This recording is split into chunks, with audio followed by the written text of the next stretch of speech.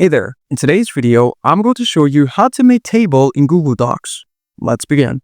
So once you open your Google document, you are going to go to the top here and then you're going to select Insert.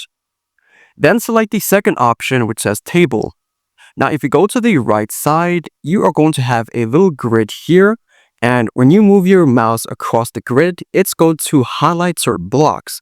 It's going to show you how many columns and rows are going to be added into your document. So I'm going to use 3x2. Then once it's done, simply click on it.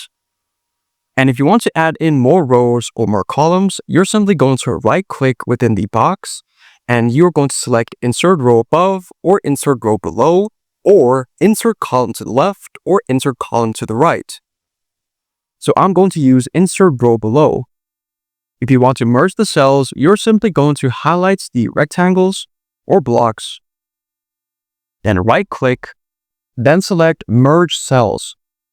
Then if you want to add in some text, simply double click or just click within the block.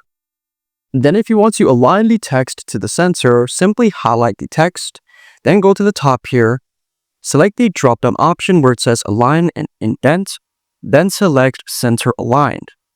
Then if you want to make the text bold, highlight the text, then go to the top here and select Bold. Now, if you want to change the background color of the table, you're simply going to click on the table, then go to the top here, and at the end here, select the 3 vertical dots, then look for the paint icon, and it says your background color, and then you can change the background color of the table to your choice. And there you go. If this video helped you out, then please leave a like and consider subscribing. It's free, and it helps the channel to make more videos like this. Thanks for watching, and see you in the next one.